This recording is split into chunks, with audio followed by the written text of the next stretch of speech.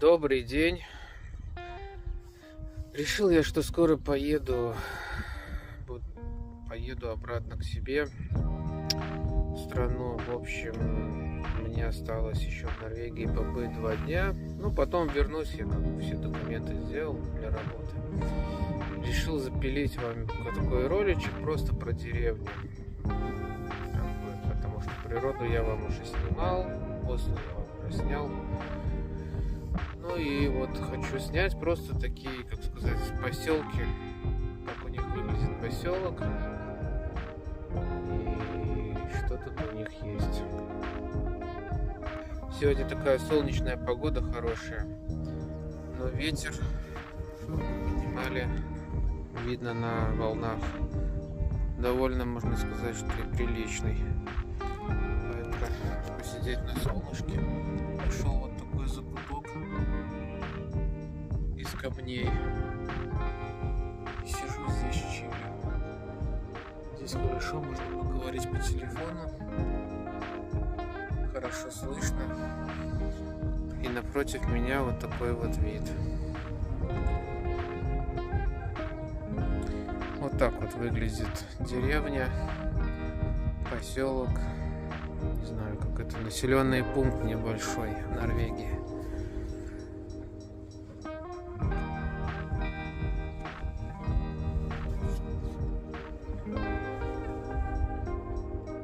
Вообще конкретно этот ролик хочу разделить на две темы.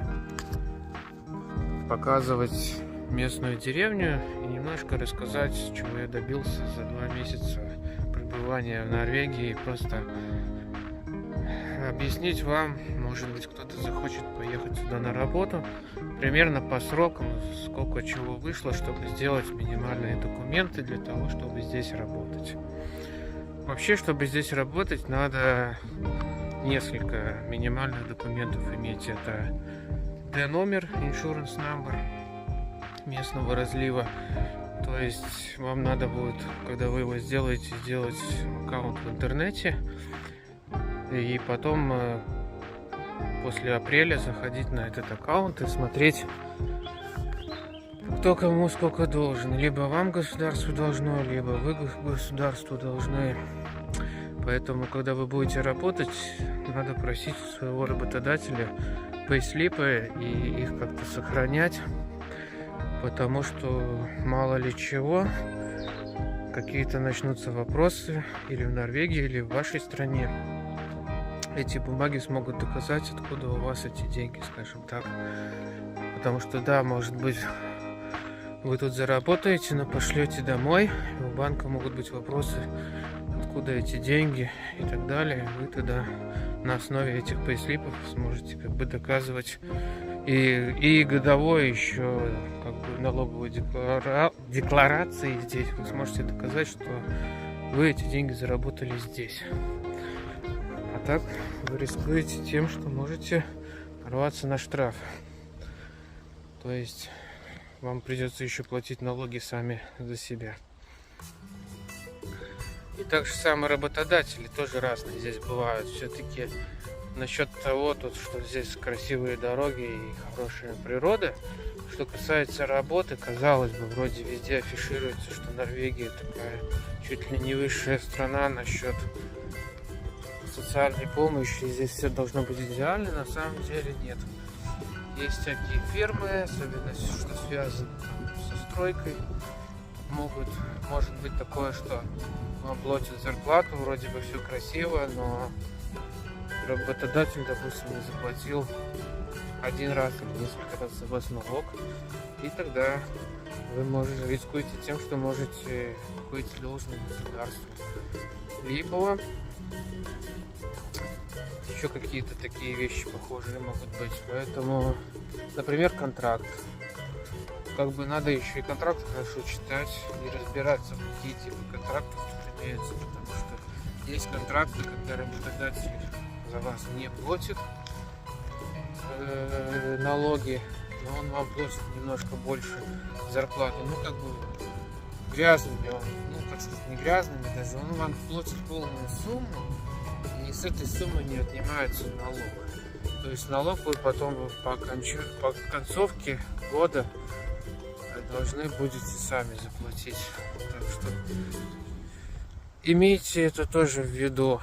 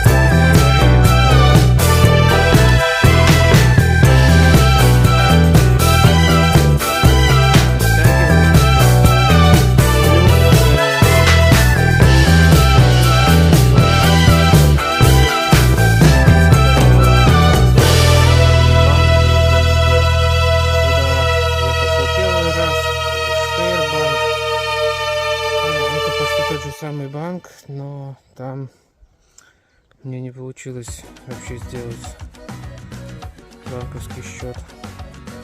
Не получилось, потому что даже начало было то же самое, сканировали мой паспорт, заполнили там анкету, но они сказали, что пришлют документы тоже по почте, благо у меня был адрес. И так они просто ничего не прислали. В общем, не знаю, в чем там была причина, но там мне просто не открыли счет. Вообще счет стоит открыть 65 евро, которые как бы на ваш счет записываются, и потом вы должны будете это отдать. Единоразовый платеж. За использование карты где-то около 2 евро в месяц надо будет платить. Это то, что касается ДНБ банка. Вот такие дачи у них. Находятся прямо на склонах. Тут идет такая дорожка. Очень классно. Вообще я уже забрался довольно на большую высоту. В общем, можно здесь погулять, отдохнуть. Если бы у меня не было бы вот этой вот дорожки, то было бы все очень грустно. А так я каждый день тут начал ходить после работы вечером, дышать воздухом. И это конкретно меня конкретно мне давало сил и поддерживала морально и физически на плаву, потому что когда пройдешься, так подышишь, то немножко нервы, как говорится, приходили в норму. А если бы так приходилось бы только быть на работе и сидеть дома, то, по крайней мере, мне вывести все это было бы очень нелегко. Все это ожидание и так далее, и поиски работы, пока ты все это новое узнаешь, транспортом научишься пользоваться, хотя бы маломальски. Так что все это, как говорится, забирает энергию. Вот такие тут есть места прикольные. Не знаю, можно ли здесь ставить какую-то палатку, если отдыхать. Но мне кажется, что можно. Знаю только, что во фьорде можно ловить рыбу без каких-либо лицензий или разрешений. И это очень классно, потому что не надо там запариваться, думать, где это все купить. А ты просто берешь удочку, идешь и ловишь. Ну, я думаю, на сетку, естественно, тут нельзя ловить, а если так вот именно на удочку, то да, разрешено, и это очень хорошо. А вот на море уже половить нельзя. И 150 метров в глубину фьорда местные рыбаки мне говорили, что тоже нельзя, там надо уже какие-то разрешения, и еще непонятно что. Вот. Сегодня выходной день, воскресенье. И я даже вижу, что много лодок плавает. Ну, не скажу, чтобы совсем много, так как-то далеко от Осло.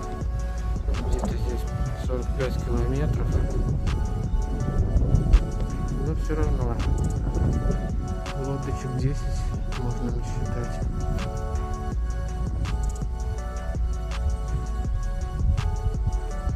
Вон даже парусные имеются. Кто-то просто растянул парус и плывет.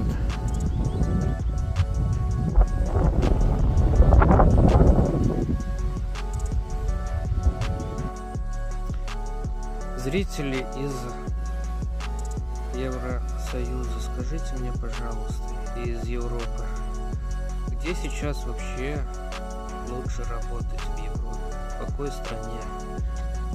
Я приехал в Норвегию с мыслями о том, что это одна из самых топовых стран. Ну, она, наверное, на втором или на третьем месте по заработкам. И прожив здесь 2 месяца, я понял, что разницы, допустим, между Норвегией и Англией нет никакой, потому что в сухом остатке ты получаешь одни и те же деньги. Может быть, в Англии ты получишь чуть-чуть меньше зарплаты, но при этом тебе будет гораздо проще найти работу, в разы проще. И цены там все-таки гораздо, ну, скажем так, подешевле, чем здесь, особенно что касается еды, что касается транспорта. Что касается жилья, точно не уверен, но в Норвегии все-таки жилье либо такое же самое по цене, либо дороже. Как я понял, даже скорее всего, что дороже будет. Единственный бонус такой, то что в Норвегии, насколько я понимаю, есть такие фирмы, которые тебя могут взять на работу и предоставить тебе жилье при этом. Ну и платить за него надо будет либо меньшую сумму какую-то, либо она будет вообще бесплатно, в зависимости от работы и от работодателя. В Англии же такое место найти довольно тяжело. Единственное, что в Англии, может быть, такие места есть, это в сельском хозяйстве, но там работа будет тяжелее еще, чем на стройке в Норвегии. Потому что лично я сам на сельском хозяйстве, слава богу, никогда не работал. Но у меня были многие знакомые, которые как бы вроде и говорили, что там и плюс-минус окей, но там все-таки адский труд. Так как, ну, я говорю сейчас про сельское хозяйство, так как там надо именно работать на полях, под открытым небом. Если идет дождь, то все равно люди там работают и потеют, они всегда все мокрые.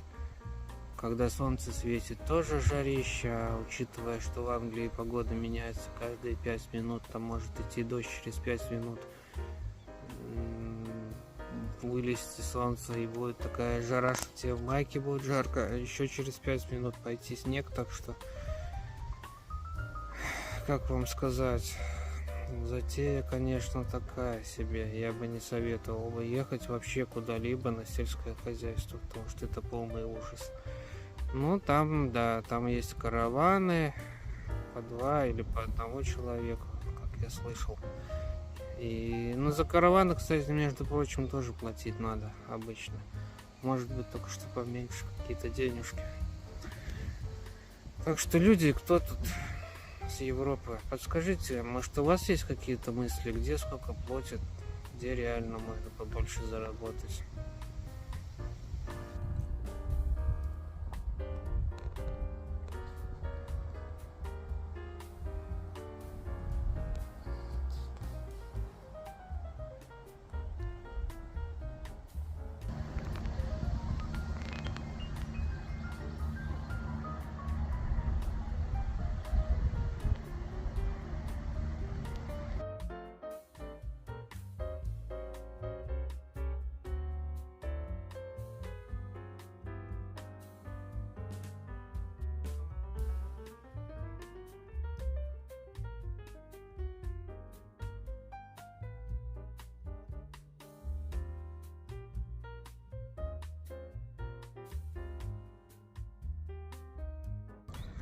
Сел я на величик и решил прокатиться на велосипеде.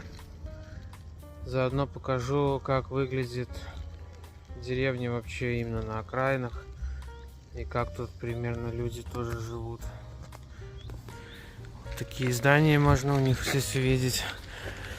И кое-где есть поля. Но много леса и много именно таких холмов, гор. Как вы можете видеть вот там вдалеке, которые поросши лесом.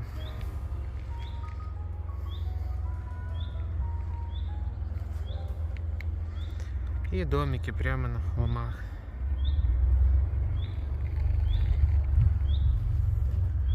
Дороги у них тут везде очень хорошие. В основном везде асфальт, но кое-где изредка можно видеть такая вот как не асфальтная дорога, даже не знаю, как ее назвать, но она тоже, она абсолютно ровная, эта дорога. Здесь можно спокойно ездить на машинах, любых, легковых, маленьких.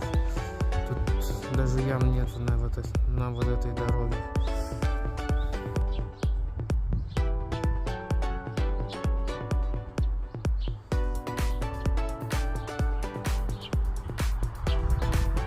Людей здесь практически не видно.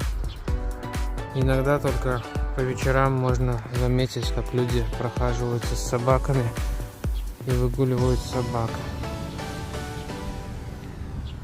А так, я не знаю, наверное, все по домам больше как-то сидят.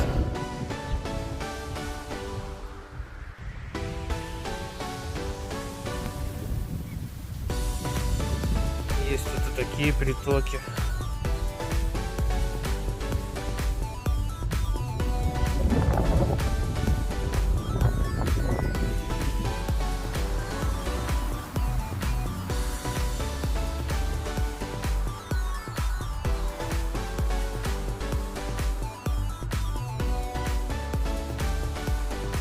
Деревня деревней, но тем не менее в этой деревне есть и светофонари, такие культурные, красивые.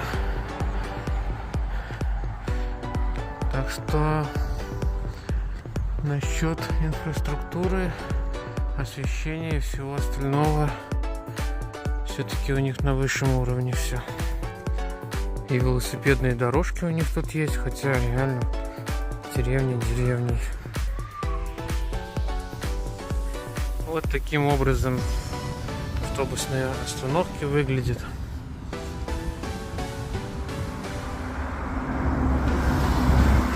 Сейчас я уже приехал в центр поселка. Ну и в центре обычно находится стирка, аптека и магазин. Магазин выглядит вот так, и название Рема. Это у них очень популярная сеть. А вообще, честно сказав, выбор магазинов у них здесь очень скудный. И это мне не нравится. Здесь нет каких-то маленьких магазинчиков. Все стандартное, и в магазинах очень маленький выбор. На самом-то деле. Я заметил, что здесь есть покоматы, то есть, видимо, можно заказывать какие-то посылки, и чтобы они приходили бы сюда. Возможно, тут такая система, что посылки приносятся не в дом, если вы что-то заказываете, допустим, на eBay, а приносятся вот в эти вот контейнеры. Вот интересный знак увидел. Не знаю, что он обозначает, то что здесь куры могут бегать, наверное.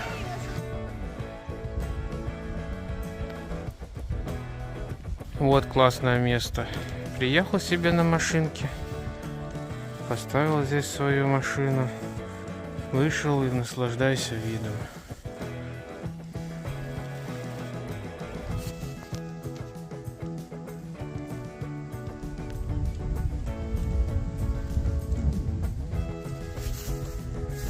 С одной стороны фьорд, с другой стороны гора. И солнышко светит.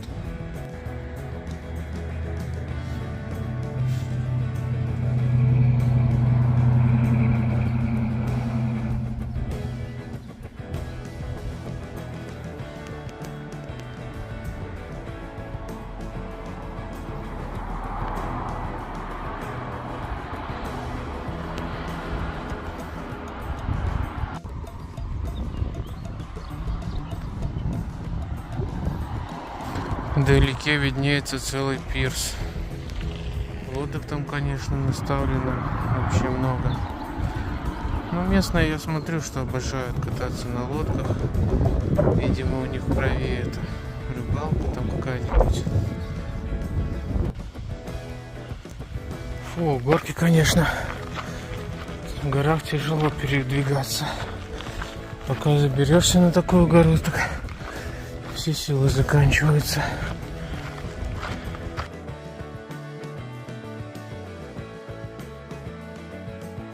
Ну вот, доехал я до следующего населенного пункта.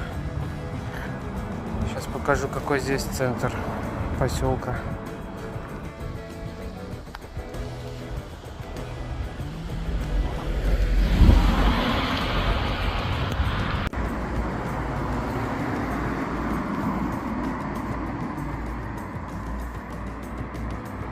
Идет дорога с одной стороны, с другой стороны тротуар.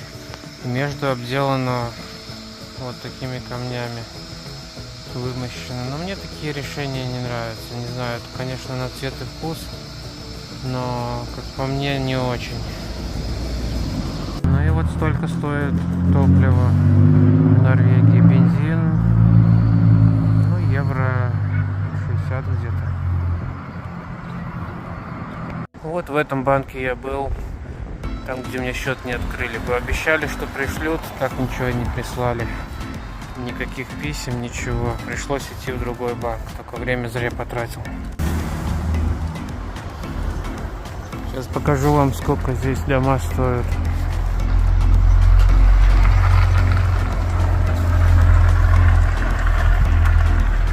Какой-то сайт. Присант 8 миллионов, это что ли? Я еще не сильно разобрался в этих деньгах. Ну, я думаю, 1200 каких такой дом будет стоить, может даже и больше, 250-300.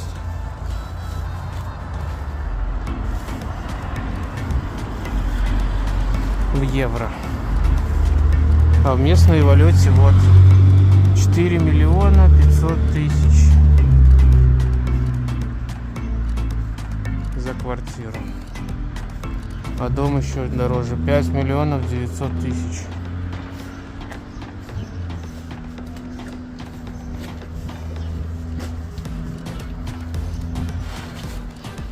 Это местный магазин.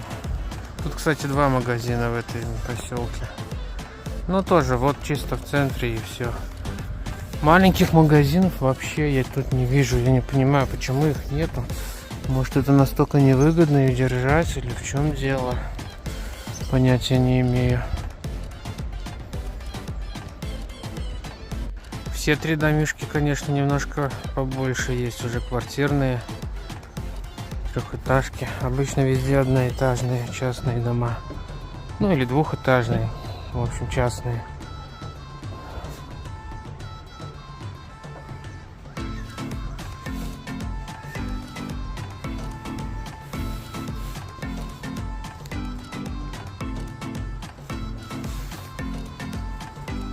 Площадка и даже фонтан есть, несмотря что это очень-очень маленькая деревня. Хотя нет, обманул я вас немножко, есть тут и такие магазины. Ну, это чисто вот одежда и все такое. А так, продуктовых таких вот я что-то не видел здесь. Может, мне просто на глаза не попадались, не знаю. Как в Англии есть, вот мне нравится, что там есть такие магазины, в общем, где продаются товары из Латвии, Литвы, Польши. Тут я что-то пока что таких не встречал. Вот такие квартиры здесь. Но мне нравится, здесь терраса такая большая, так что можно выйти, чай попить, посмотреть, позагорать. Балконы здесь классные в этих домах. Ну, видно, что новый дом. Скорее всего, что, наверное, еще и квартиры какие-то продаются. Обалдеть, парковка, что ли? В такой деревне и, походу, платная парковка. Ну, любят они это, да, здесь машины, это просто ужас. Везде надо платить за все. Да, еще один магазинчик нашел. В воскресенье работает, даже удивительно. А террасы тут просто шикарные, мне нравится.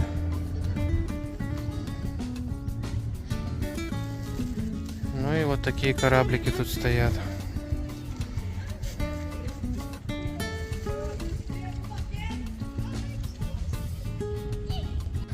Вот такие арт-объекты можно здесь увидеть.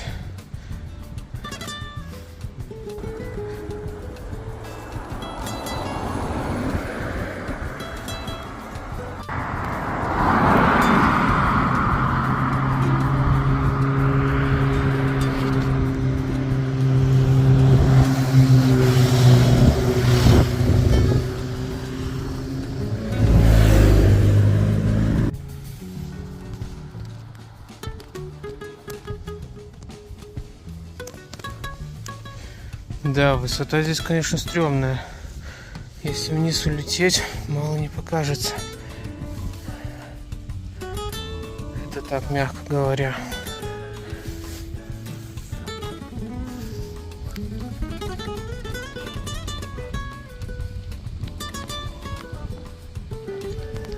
Ну что ж, всем спасибо за внимание.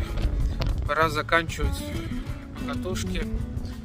Теперь вы увидели примерно, как живет норвежская деревня, что она из себя представляет.